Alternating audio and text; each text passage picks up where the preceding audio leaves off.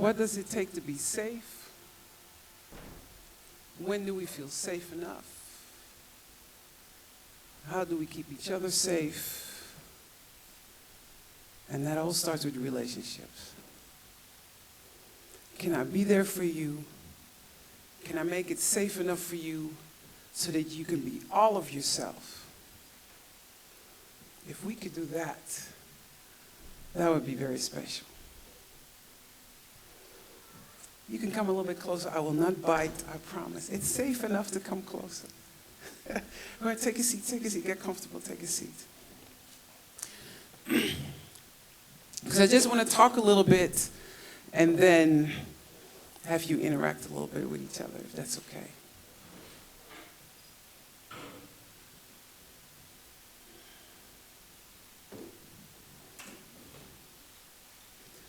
So you hear a lot these days about safe and safe space and not feeling safe enough.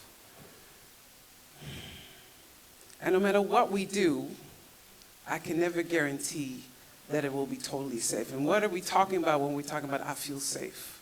Right? What are we really talking about? So actually, in my work, which is about creating inclusive spaces, I started studying earthquakes, earthquake studies of all things. And you actually have a fragility measure, and that's the point at which things break, things fall apart. They can actually calculate. So you have the point you can look at, there will be some damage, but you also have the point, no, the building will collapse, and that's a fragility measure. And and this is just me, this is no evidence-based study or nothing, this is just me, this is just my conclusion. But I think you have vulnerability and you have fragility, right? And fragility, again, thinking about when things fall apart, when things break. And I think a lot of times we confuse the two. You know, on the one hand, we feel vulnerable, but we think that we're fragile. We think that we're going to break. We think we're going to fall apart. We think we cannot handle it. And so a lot of times when people say, oh, I don't feel safe, and they're out because they can't handle it, really, are you really not safe? Or is it just not gezellig? Is it just not comfortable? And do you think you're going to break? You think you're going to fall apart? Because I have seen people who really break and really fall apart. And so I want to share a story with you. A long time ago, I used to work as a therapist and in a community mental health center. And when you work as a therapist, you have to do duty on the crisis line, on the phone. And it is your job to assess, you know, somebody calls in, and it's your job to assess, is this person going to kill themselves? Can they come in? Do we need to send the police, ambulance? That was the job. I mean, sometimes you had to, that was not all the job, but that was part of the job. So one day, I was working the crisis line, and this woman calls, and she's talking about killing herself. So I'm talking and trying to get her to come in, and she agrees to come in. And she sounded really depressed, needless to say. And her voice was like this. And I thought she was in her 70s, 80s. When she came in, she was 37 years old. I had never seen anybody that depressed before, right? And so she came in, sat in my office, and physically she was just like, you know, and just rocking, and she wouldn't look at me, and her voice, you know, again, I'd never seen anybody that depressed, but she was talking, and that was good. And at some point, she jumps up, jumps in my lap, and starts to choke me, and starts to scream in my ears, make the voices stop. Well, no book prepared me for this, right? It's like, alrighty.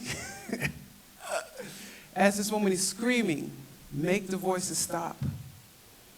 You know, and there was actually a panic button that never worked, and it was out of reach, so I was like, okay, you know, so that was no option. And in that moment, you know, you say these little prayers, right? I say, you know, y'all better come and help me out. Give me something, anything, ancestors, spirits, leprechauns, whatever. Somebody come and help me what to do, because I do not know what to do.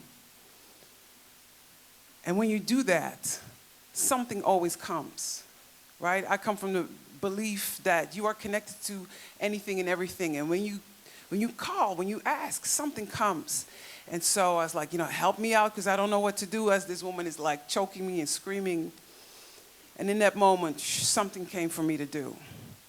And so I just started rubbing her back, and I just started humming.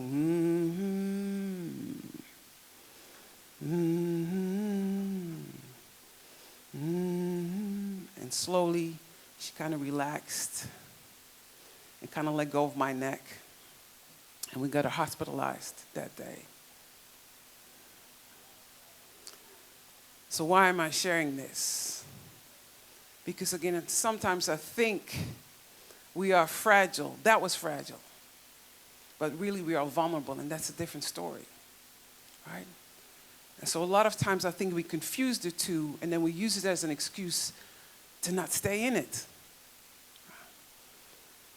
And another reason I'm telling that story is that no matter how fragile we sometimes are, you have a resource. You don't have to figure it out by yourself. And so a lot of times we lean back, because I'm out, but what you have to do is to lean in and go for it and stay with it. And I'm going to stay in relationship with you even when it's hard, even when it's uncomfortable, even when you have a viewpoint that's opposite of mine, but I'm in here with you, right? And so I think ultimately that's the goal, if we can do that. And so just to remind you also, you don't have to figure it out by yourself. Sometimes those little prayers help. Child, help me out right now. Give me something. Something will come. No matter what the situation is, right? Something will come. And so again, are we safe? Are we brave? I don't think we give each other enough credit. We can handle more than we think we can, even when it's hard, even when it's painful, right? Even especially when it's about this space. Who do we want to be with each other? What kind of relationship do we need to build so we can make it safe enough so that everybody can be who they are? That's the challenge. So what I want to do, I'm going to ask you to stand up.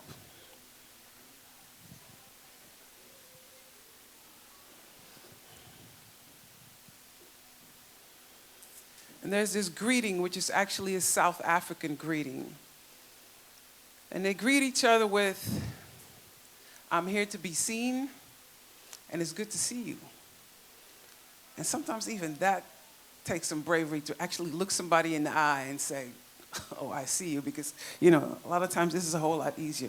So I want you to kind of look around and start walking around. Just walk around. And really look at people.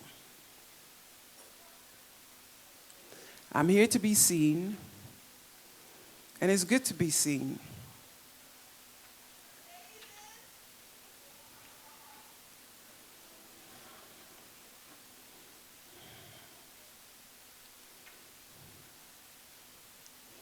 And every now and then, I want you to stop in front of somebody and really just look at them.